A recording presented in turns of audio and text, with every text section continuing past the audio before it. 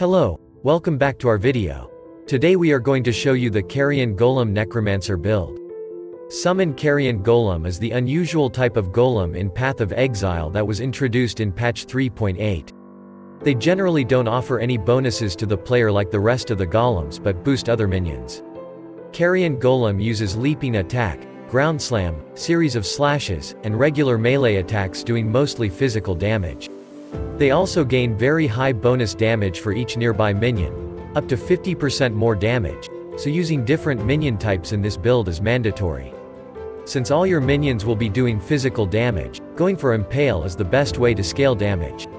In the end, this build offers the highest single target DPS out of all summoner builds we have played. Newest patch 3.19 treated harshly most of the minions in the game, but for golems most of those changes were pretty positive. Now, minions are not as strong in the early game as they used to be in the past, but new, stronger high-tier modifiers on items make up for it when you get the proper gear. This patch introduced reworks to many weaker uniques. One of them is Clayshaper, which used to be okay for leveling, but weak compared to other options in the endgame. Those changes made them the best weapon for this kind of build. Insanely high flat physical damage for Golem's attack paired with increasing maximum Golem limit makes the early steps of progress very easy. As a summoner, all you need to do is to summon your minions and avoid taking damage. Your priority is to keep every minion summoned, use curse and keep refreshing flesh offering for bonus attack speed. The rest will be taken care of by your loyal minions. This build is pretty tanky. First of all, minions will be protecting you and taking monsters' attention to themselves. Other than that, the build is easily capable of reaching 6,000 maximum life and over 30,000 armor. With this build, we are going slow but steady. We don't have access to many movement speed bonuses like Tailwind or Elusive and are limited by golems targeting and fairly low AoE on their attacks. Single target is when this build shines the most. Golems may not be the fastest moving creatures out there, but taking down singular monsters makes up for that. You can start this build with almost no budget at all, but as with every minion build, it takes some currency to reach this build's maximum potential. At first, you only need 6 link body armor and pair of Clayshapers.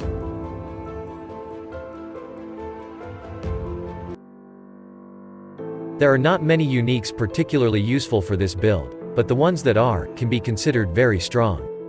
Clayshapers and Anima Stone setup are the core of this build as they increase the maximum number of our golems. The Anima Stone unique jewel needs 3 of the primordial jewels. You can start with 3 cheap ones and upgrade them over time.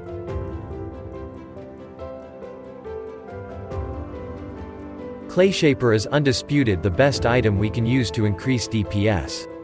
It increases the maximum number of golems you can have summoned at the same time and grants them a big amount of flat physical damage.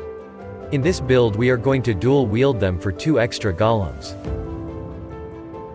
Skin of the Lords is damage-oriented armor, grants +2 levels for Carrion golems and all support gems, and a 100% increase to our armor rating. You will need adequate colors of sockets and a keystone that doesn't hinder your build. If you prefer survival over damage, this is the perfect armor. Since we use 3 red support gems, it's not hard to get matching color sockets. Make sure to buy one with 5% maximum resistances as it is item defining stat. You need very good Abyss jewels to make proper use of this belt, but it can provide more damage than a rare one if you put your best jewels in here. The Anima Stone is mandatory for this build. It allows you to summon 2 additional golems in total if you have 3 primordial jewels elsewhere. You can obtain this jewel by selling 3 different types of primordial jewels to a vendor. Primordial Might is the most important of the primordial jewels as it makes your golems more aggressive, greatly increasing their targeting and clear speed. You need to use at least 1 primordial might in this build. Damage rolls are unimportant, try to look for one with high life for your golems.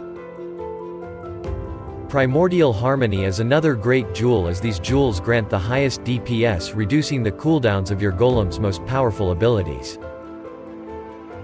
Primordial Eminence grants very high attack speed which makes this jewel very similar to previous one in terms of damage. Golem effect is unimportant as it grants damage only to non-golem minions. Fortress Covenant grants high bonus minion damage and extra block chance. It's great to pick it up and socket it inside one of your cluster sockets, as then the negative effect is ignored. Quickening Covenant is a cheap replacement for the previous jewel. Similar to it, you can socket it into Cluster Jewel to avoid its downside. The current patch moved a lot of minions' power from gem itself to gear you wear. For most of your gear, you want to use rare items. Most important are your helmet and rings, and their minion-related modifiers. Lake of Calandra offers some very strong rings if you can manage to offset their downsides, but they are not mandatory. Either way, it should be rather easy to complete the build for low and mid-tier mapping with random rare replacements. Good rare helmet is the best in slot. Getting +2 levels for all our minions helps our golems with huge damage upgrade, and adds some life for supportive minions. On your rare body armor, all you really need is maximum life and resistances to get this build working. Using Eldritch influences you can get +2% maximum elemental resistances. With rare gloves it is good to aim for high life, attributes, and elemental resistances. You can also craft an increased minion damage modifier on them using crafting bench in your hideout. With rare belt aim for high defensive bonuses like maximum life, elemental resistances and life regeneration. Stygian belt is the best base but can be expensive. On your amulet you should get very high bonus attributes so that you can easily use all the required gems or elemental resistances to cover your rings if you plan on using damage-focused ones. On rare rings try to aim for high life and resistances. New Bone Ring provides elemental resistances for minions and can roll minion-related modifiers. You can try your luck with Calandra Lake to get doubled minion damage modifiers for a huge boost. On rare boots getting a 30% movement speed bonus is a must. Other than that look for high maximum life and elemental resistances, or lacking attributes. Abyss jewels with high life paired with minion damage modifiers are the best to look for. If you get pair of very good Abyss jewels you should consider using Darkness Enthroned Unique Belt. You should get at least one large cluster jewel. You are primarily looking for Feasting Fiends to boost your minions' survivability and Rotten Claws for a small chance to impale. You can use up to 3 medium cluster jewels in this build depending on your level. You can simply stack Renewal and give your minions some extra defenses via Dread March passive. If you have free passive points and a socket for small cluster jewel, pick one with Fettle for the highest bonus life. Rumi's Concoction, a great utility flask which boosts your defenses significantly. Since we don't scale block chance and don't use a shield, you can drop this flask in favor of a more consistent magic flask. As for other suggested flasks, we recommend Life Flask with bleed removal, Basalt Flask for more armor, Quartz Flask to phase between monsters, and Quicksilver Flask for increased movement speed.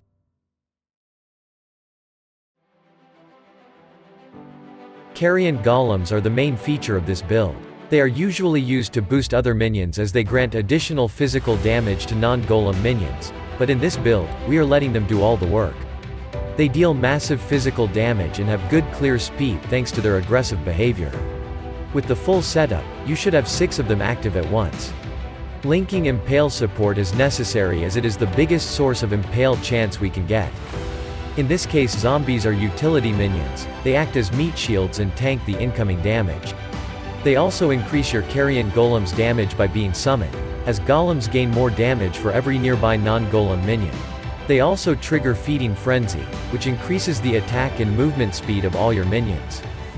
Risen Spectres in this build are used solely as support minions. We recommend getting Carnage Chieftains from Old Fields in Act 2, which will generate frenzy charges for all your other minions.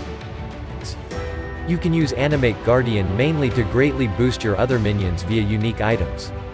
Be wary, when it dies the items are gone permanently. It can provide amazing bonuses, but you should not risk your funds if you still have more permanent upgrades to get. Kingmaker is best used for Animate Guardian as it gives Culling Strike and Fortify to all nearby allies. Rest of the items is used to keep Guardian alive. High armor rating is our primary way of dealing with physical damage. Determination Aura gives a lot of flat armor rating to us and grants more armor multiplier. Pride is the best damage-oriented aura for this build, since your minions will deal only physical damage. You need to stay close to monsters to apply its effect. Dread Banner grants your minions a greater chance to impale and increased impale effectiveness while reducing accuracy for the enemies nearby. You can cast it again to place on the ground for increased effect for short duration. We recommend using Cyclone to cast Desecrate in your offering spell via cast while channeling Support Gem, as it just makes this entire setup so much smoother to play. Desecrate creates corpses which can be sacrificed by Flesh Offering to grant your minions powerful bonuses. You can also use it to create corpses for Raise Zombie and Raise Spectre spells. Flesh Offering is the best DPS-wise offering spell you can use. It increases the attack and movement speed of all your minions. Note that skills trigger in order based on their placement in sockets. Convocation is a very useful tool as it instantly recalls your summoned minions to your location and grants them high life regeneration per second. As for movement skill for this build, we recommend Flame Dash, but you can also use Dash or Frostblink if it suits you better. Vulnerability is an ideal curse for this build as it increases physical damage taken by monsters.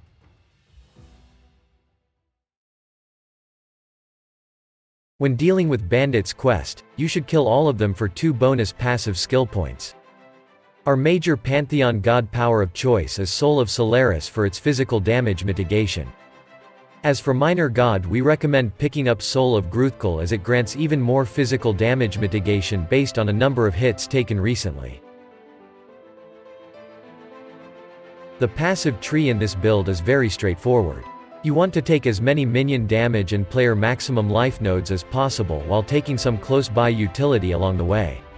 For leveling, there is a nice mix of damage and life, making early progress very smooth and pleasant to play. It's not necessary to rush for the Golem Commander node because Golems are not unlocked until Act 4. We recommend taking Lord of the Dead and Death Attunement first, for it gives a lot of minion damage and on top of that it increases the maximum number of skeletons we can summon to carry you through the acts. Take some minion and life nodes alongside, and you should be able to take +1 Golem node around level 35. After that, you can go for your only aura cluster to reduce mana problems during leveling. After that, we are back to picking up every minion and life node we can get. During leveling, you can also get a Ravenous Horde node, which will be later anointed on an amulet to save precious skill points. You can also pick up some dexterity and strength nodes to ease gearing, but ideally,